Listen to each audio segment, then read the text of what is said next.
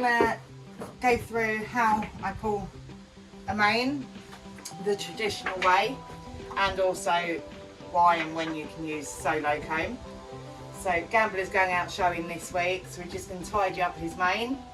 I don't want to take too much off because he's got really quite a chunky neck, so I like to have the mane slightly longer. If you've got a really thin neck, take the mane a little bit shorter so it gives the illusion of being a bit chunkier. But where he's got such a chunky mane, I like to keep his a bit longer. But his mane is so thick, that's why I pull it traditionally, so it takes off a bit of the length and a bit of the thickness. But if you've got a really thin mane, like Willow has, I would use the solo comb that takes off the length, but not so much thickness. So you just, first you go through and just brush through the mane. Make sure there is no knots on the inside of the mane.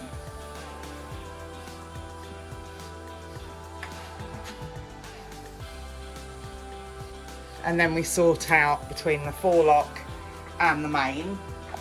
Welsh cobs do not have a bridle path put in, but you can see there's a long bit here that should be in with the forelock. So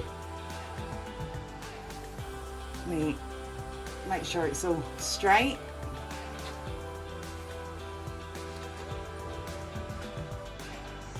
Just get our comb to put that bit in the forelock. We don't trim or do anything with the forelock.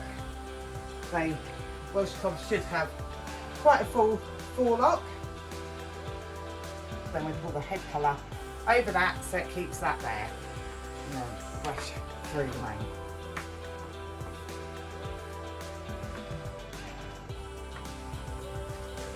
I always like to do their manes, pull their manes after exercise, so it opens up the pores a little bit, so it's a little easier for it to come out.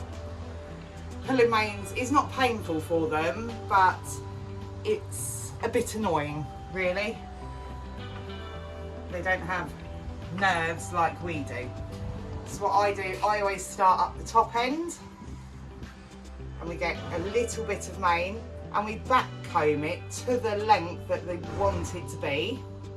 Then we wrap it around the comb, put your thumb on it and pull down. So you get a little bit of mane, back comb it to the length you want it to be. You want to be able to basically count the strands of hair you've got. Wrap it round the comb and pull it down. This will get the hair to the length you want it to be, but also pull some out from the roots to get rid of the thickness. So a few strands, wrap it around the comb and down.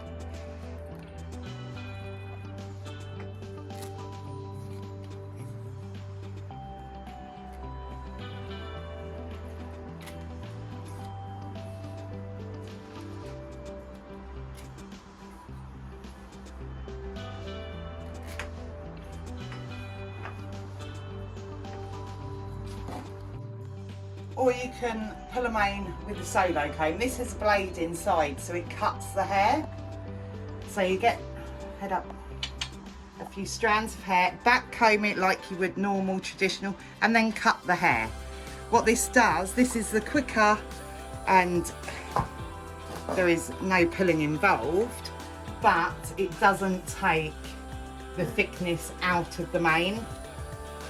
So, but with Gambler, I want some thickness out of it as well. With the likes of Willow, he's got a really thin mane, so I always solo comb his mane only. But Gambler, I traditionally pull it to make it a little bit thinner.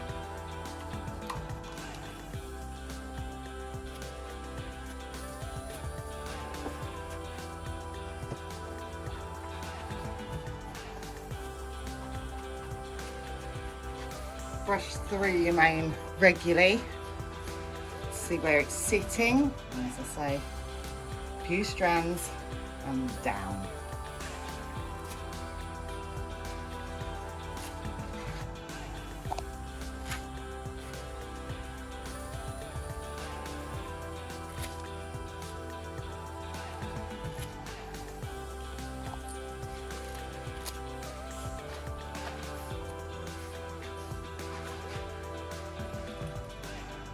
If you like what you see, then please boop the like button.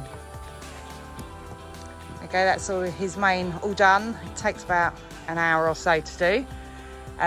You don't want it dead straight.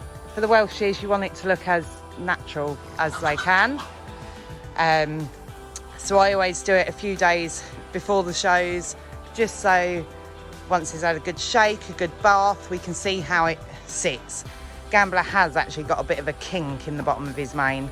Makes it so annoying on how it sits of a show day. So that's the end of this video. If you would like to see how we trim the Welsh's tails ready for the show ring, I will link that video up above here now. Thank you. Bye.